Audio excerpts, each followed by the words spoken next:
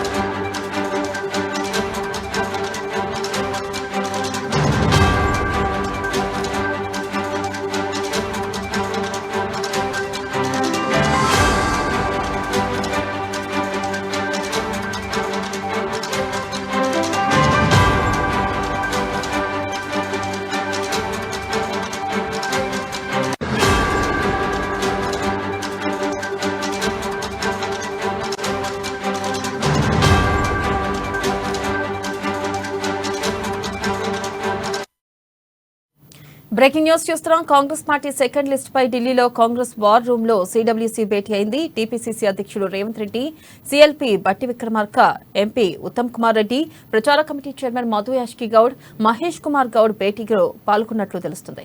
దీనిపై మరింత సమాచారాన్ని మా ప్రతినిధి రామకృష్ణ అందిస్తారు. రామకృష్ణ, చెప్పండి, ఈ భేటీ అనంతరం సెకండ్ లిస్ట్ ప్రకటించే అవకాశం ఉందంటారా? అయితే ఈ రోజు కాంగ్రెస్ సెంట్రల్ ఎలక్షన్ కమిటీ సమావేశం జరుగుతుంది. మరి సోనియా గాంధీ, మల్లికార్జున ఖర్గే, ఇక కేసీ వేణుగోపాల్, పిసిసి రేవంత్ రెడ్డి, ఉత్తమ్ కుమార్ రెడ్డి, ఇంకా వీళ్ళంతా కూడా హాజరయ్యారు. అయితే రాహుల్ గాంధీ ఈ రోజు ఈ సమావేశానికి హాజరు కాలేదు. రాహుల్ గాంధీ లేకుండానే ఈ సమావేశం ప్రారంభమైంది. అయితే ఈ రోజు ప్రధానంగా చూసుకున్నట్టుగైతే రెండవ జాబితాపై కసరత్తు జరుగుతుంది.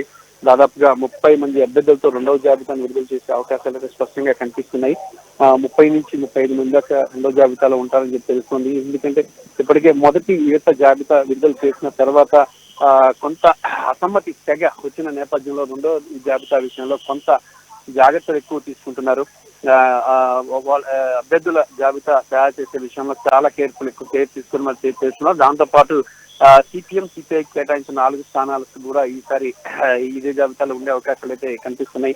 ఏ స్థానాలు సిపిఎం, సిపిఐకి ఇస్తారో కూడా తేల్చి చెప్పేస్తున్నారు ఈ రోజు.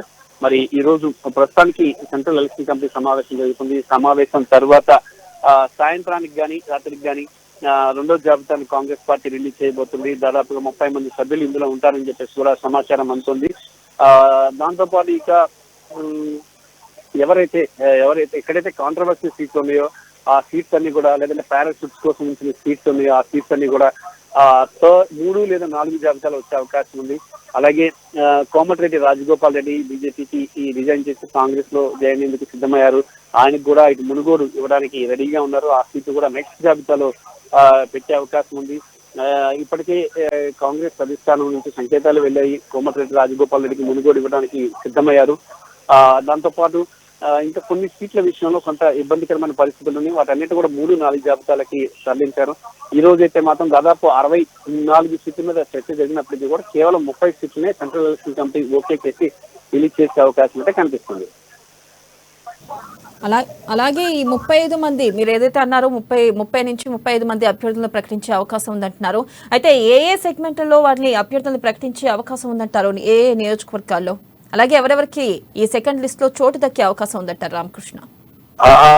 దాదాపుగా 30 నియోజకవర్గాల్లో కూడా ఒక 4 నియోజకవర్గాలు, ఇటు చెన్నూరు కానీ, కొత్తగూడెము, ఉరియాలు కూడా, ఈ వైరా, ఇవి లెఫ్ట్ పార్టీకి వెళ్ళిపోతాయి. ఈ 4 నియోజకవర్గాలు. ఇవి కాకోకుండా మిగతా నియోజకవర్గాలకు సంబంధించిన మాత్రమే ఈ రోజు రిలీజ్ చేస్తారు.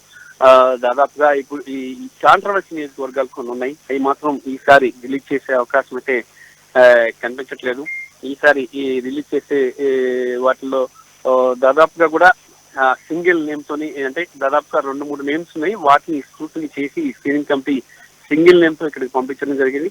ఆ సింగిల్ నేమ్ పై కూడా మళ్ళీ కూడా సోనియా గాంధీ, మల్లికార్జున ఖర్గే ఇంకా అందరూ కూడా వాటిని స్క్రూటినీ చేసిన తర్వాత ఈ రోజు సాయంత్రానికి జాబితాను విడుదల చేసే అవకాశం అయితే కనిపిస్తుంది.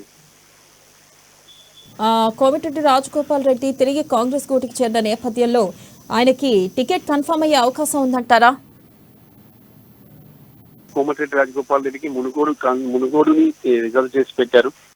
మునుగోడు ఇస్తారని చెప్పేసి, యాక్చువల్ గా మునుగోడుకి ఇటు పాల్వాయి సెవెంటీ కూడా పోటీలో ఉన్నప్పుడు కూడా ఆమెకి ఈసారి ఎమ్మెల్సీగా పంపించాలని భావించి ఆమెకి ఈ ఎమ్మెల్సీగా పంపించి మునుగోడుకి రాజగోపాల్ రెడ్డికి ఇవ్వాలని భావిస్తున్నారు. రాజగోపాల్ రెడ్డి కోసం మునుగోడు సీట్ ని రిజర్వ్ చేసి పెట్టారు.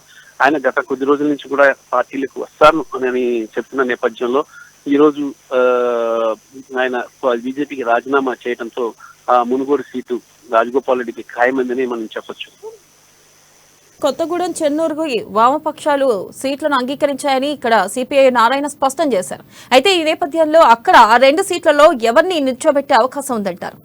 ఏ అభ్యర్థులు పోటీ చేయనున్నారు?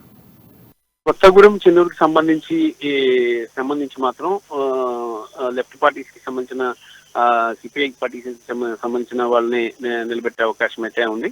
అలాగే ఇంకా మిర్యాలు కూడా వైరాకి సంబంధించి సిపిఎం పార్టీకి ఇచ్చే అవకాశం ఉంది. మరి వాళ్ళ క్యాండిడేట్స్ ని వాళ్ళు కూడా ఈ రోజు రేపట్లో అనౌన్స్ చేసే అవకాశాలు అయితే ఉన్నాయి. Krishna, thank you.